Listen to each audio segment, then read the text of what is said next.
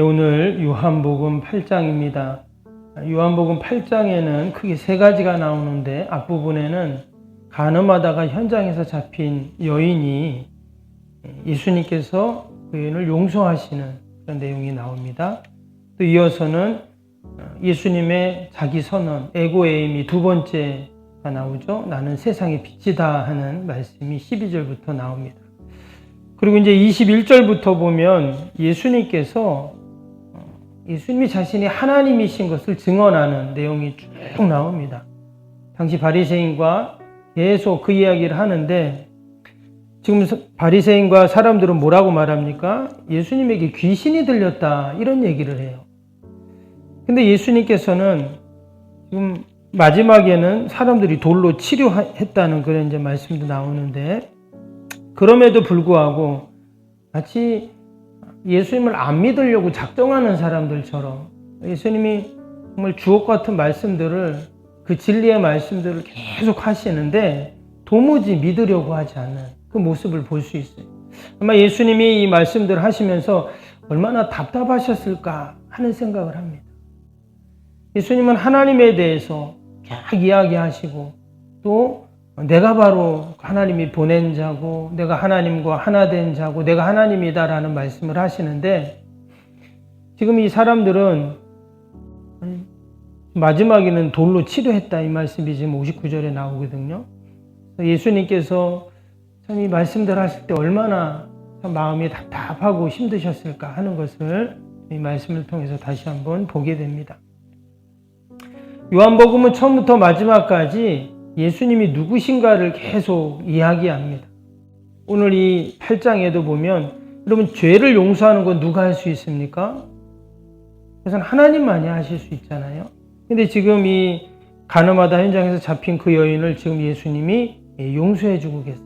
이 말은 바로 예수님께서 하나님이시다라는 것을 지금 보여주는 사건입니다. 그리고 또 존재의 근원이신 그 빛, 그래서 내가 세상의 빛이다 하신 것도 바로 예수님이 하나님이심을 이야기한 거예요.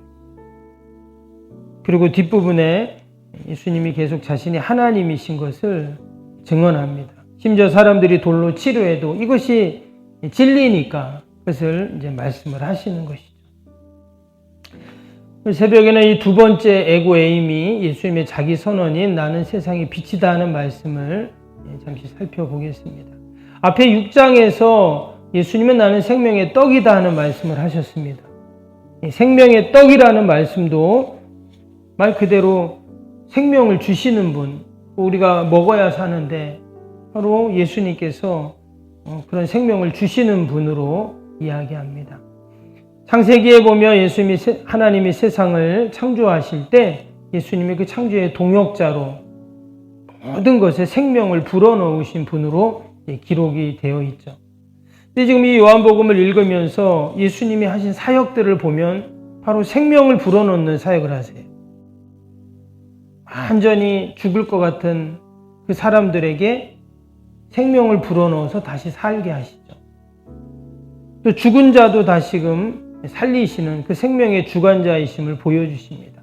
그래서 예수님이 생명의 떡이다 하는 말씀은 정확한 말씀이죠. 우리가 주님과 함께 한다는 것이 바로 그것입니다. 내가 날마다 생명의 떡이신 그 예수님을 먹고 또 그 영생의 떡을 먹어서 여러분 우리가 날마다 살아가는 줄로 믿습니다. 7장에서는 예수님이 생수라고 하셨죠. 그것도 그냥 생수가 아니라 영원히 목마르지 않는 생명수, 마르지 않는 생명수라고 말씀하셨습니다. 그래서 여러분 물을 메마른 땅에 다 이렇게 흘러보내면 다시금 다 살아나는 것처럼 우리가 그 생명수를 마심으로 우리가 살아가고 또 그 생수의 강이 우리의 삶 가운데 날마다 흘러넘칠 때 여러분 우리의 삶이 기름지고 복되죠. 그래서 예수님께서 생명수이심을 말씀하시는 내용, 이게 다 사실 이어지는 내용이에요. 오늘 이 세상의 빛이라는 것도 마찬가지입니다. 지금 왜 예수님께서 나는 세상의 빛이다 이렇게 사람들에게 얘기하셨는가? 사실 그 배경이 있습니다. 7장 2절에 보면 유대인의 명절 초막절이 가까워진다 이 말씀이 나와요. 지금 예수님께서 예루살렘에 가셨는데 지금 명절을 지키기 위해서 가셨으며 특별히 초막절을 지키기 위해서 가셨어요. 당시에 초막절은 어떤 절기냐면 이스라엘 3대 절기 중에 초막절이 있죠. 그 옛날 그들이 애굽에서 살다가 출애굽했을 때 그 광야를 무사히 지내고 약속의 땅에 들어간 것을 그들이 기념하면서 그 초막절을 지키게 됩니다. 근데 그 초막절 절기 중에 그들이 하는 아주 중요한 두 가지의 의식이 있는데요. 그것은 뭐냐면 당시에 이 제사장들이 흰옷을 입고 그 초막절 동안 그 순금 항아리를 들고 어디로 가냐면 물을 기르러 갑니다.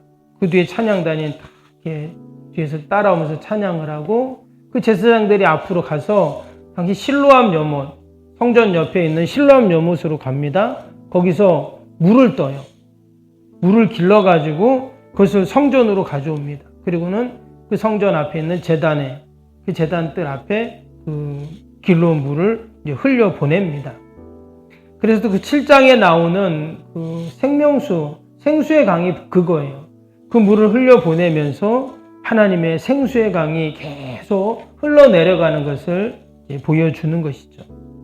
그리고 또 하나의 하는 의식인데 그게 뭐냐면 그 제사장이 그 성전뜰 앞에 보면 큰 촛대가 있습니다. 황금 촛대인데 거기에 이제 불을 밝히는 거예요. 사다리를 타고 올라와서 불을 탁 켜면서 그러면은 불을 켜면 환해지겠죠. 그래서 그 환한 빛이 예루살렘을 비친다, 밝힌다 하는 그런 상징적인 의식을 하게 되는데 이 또한 초막절에 한다 그랬잖아요. 이스라엘 백성들이 그 광야에서 낮에는 구름 기둥, 밤에는 불 기둥으로 하나님이 그들을 지켜주시고 그 어둠을 환히 비춰주신 것을 기념해서 하는 그러한 의식이었어요. 근데 지금 예수님께서 지금 초막절에 제사장이 물을 길러서 생수의 강을 흘려보내고 또 불을 켜가지고 어둠을 환히 비추는 그런 의식을 하는 그 앞에서 예수님이 지금 하신 말씀이 내가 바로 세상의 빛이다. 이 말씀을 지금 한 거예요. 그러면 사람들이 그 이야기를 들으면서 어떻게 생각했을까요?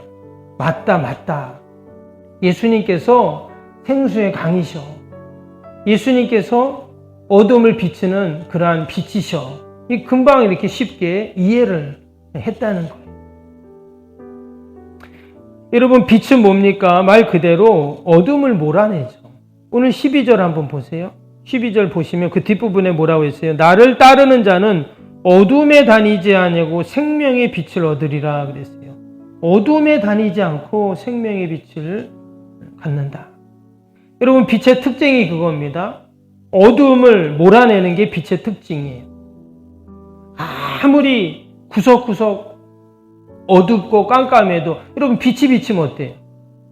그 모든 어둠은 다 사라지게 됩니다. 그 창세기에 보면 하나님께서 첫날 뭘 만드시죠? 빛을 만드시거든요. 근데 그 빛을 만들기 전에 세상이 어땠습니까? 혼돈과 공허와 흑암이 깊음 위에 있었다. 이렇게 말씀이 나와요. 여러분, 빛이 있기 전에는 어떠냐? 어둠과 혼돈과 그 흑암뿐인 거예요. 그런데 빛이 오니까, 빛이 비춰주니까 그 모든 어둠, 혼돈, 또 흑암 다 사라지게 되는 것이죠. 지금 예수님께서 이 땅에 세상의 빛으로 오신 이유가 바로 그겁니다. 동일하게 나의 삶 가운데 여러분, 예수님이 세상의 빛으로, 나를 비추는 빛으로 오셨다는 말은 내 안에 있는 모든 혼돈, 공허, 흑암, 여러분 다 사라지는 그런 놀라운 구원의 역사가 있는 줄로 믿습니다. 뿐만 아니라 예수님은 세상의 빛이라는 것은 우리에게 생명을 주시기 위해서입니다. 그 12절 다시 보시면 나를 따르는 자는 어둠에 다니지 않냐고 생명의 빛을 얻으리라 그랬어요. 생명의 빛. 우리에게 빛을 비춰주시면 반드시 생명의 역사가 일어난다는 겁니다. 마치 햇빛을 받은 작물이 잘 자라나는 것처럼 햇빛을 잘 받아야 그 곡식이 풍성하고 빛깔도 좋고 맛도 좋고 그렇게 열매를 맺잖아요. 여러분, 우리의 삶 가운데 그 예수님이 생명의 빛을 비춰주시기에 우리가 살아가는 줄로 믿습니다. 오늘도 그 구원의 빛을 우리의 가정 가운데, 자녀 가운데, 교회 가운데 하나님이 비춰주시는 거예요. 그 생명의 빛이 우리에게 비춰줄 때 우리가 복된 삶을 살 수 있습니다. 우리 새벽에도 함께 기도할 때 하나님, 오늘도 우리의 자녀들에게 그 구원의 생명의 빛을 환히 비춰주옵소서. 절대 어둠의 그늘이 생기지 않도록 빛을 비춰주옵소서.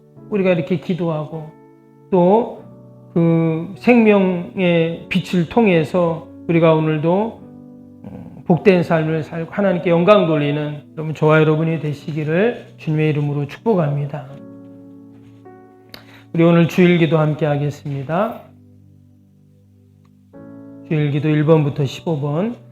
하나님과의 친밀함이 더욱 넘치며 주님의 빛을 통찰하게 하옵소서. 아멘. 건축이 진행되는 동안 날마다 샘솟는 하늘의 은혜로 채워 주옵소서. 아멘. 영역과 리더십 건강을 더하사 교회 건축을 은혜롭게 섬기게 하옵소서. 아멘. 신령한 생명의 양식을 공급함으로 성도들의 영혼이 부흥하게 하옵소서. 아멘. 건축을 위해 맡겨진 소임을 더욱 충성스럽게 감당하게 하옵소서. 아멘. 영적으로 충만하여 하나님의 은혜가 날마다 샘솟듯 넘쳐나게 하옵소서. 아멘. 앞장서서 섬기시는 장로님들의 가정과 자녀와 사업에 복을 더하여 주옵소서. 아멘. 모든 중직자들이 마음을 모으고 정성을 모아 성전을 짓게 하옵소서. 아멘. 건축위원장과 건축위원들에게 지혜와 지식의 영으로 충만케 하옵소서. 아멘. 하나님의 마음을 알고 하나님의 영광에 합당한 성전으로 세우게 하옵소서. 아멘. 모든 성도들이 건축위원이라는 주인의식을 가지고 기도에 힘쓰게 하옵소서. 아멘. 구역원들이 말씀의 꼴을 풍성히 먹도록 먼저 은혜를 경험하게 하옵소서. 아멘. 교회의 영광을 위해 맡겨진 사명을 기도함으로 감당하게 하옵소서. 아멘. 평신도 지도자들이 굳은 일이나 힘든 일에 앞장서 섬기게 하옵소서. 아멘.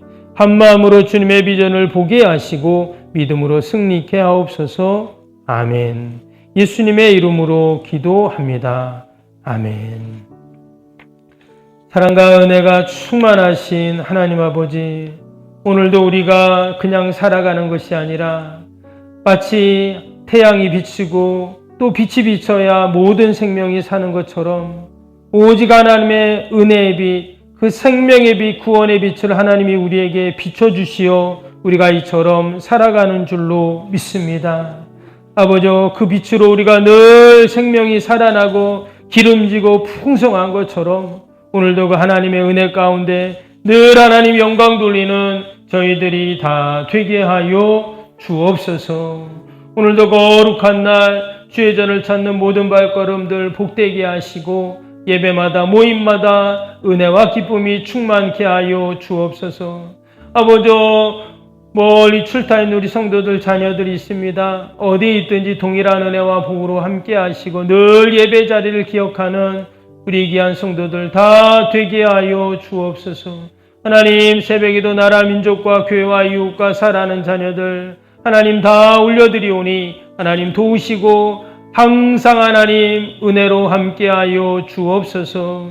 아버지, 저희 교회 섬기는 많은 우리 선교사님들 또 우리 기관들, 미자리 교회들, 이웃들이 있습니다. 하나님 늘 돌봐주시고 아버지 좋은 기쁨의 복음의 소식만이 넘치게 하여 주옵소서. 오늘도 연약한 육신 꼭 붙잡아 주시고 우리 병사에 있는 환우들, 연로하신 어르신들 날마다 강건케 하여 주옵소서. 어둠 영들이 일절 틈타지 않게 하시고 오늘도 주님의 몸된 교회 또 우리 요양 우리의 가정 자녀들 늘 지키시고 보호하여 주옵소서. 기도에 이런 종류가 날 수 없다 하셨사오니 오늘도 믿음으로 우리가 함께 기도할 때 놀라운 하나님의 구원의 빛, 생명의 빛이 환히 비춰지게 하여 주옵소서. 감사하며 예수님의 이름으로 기도하옵나이다.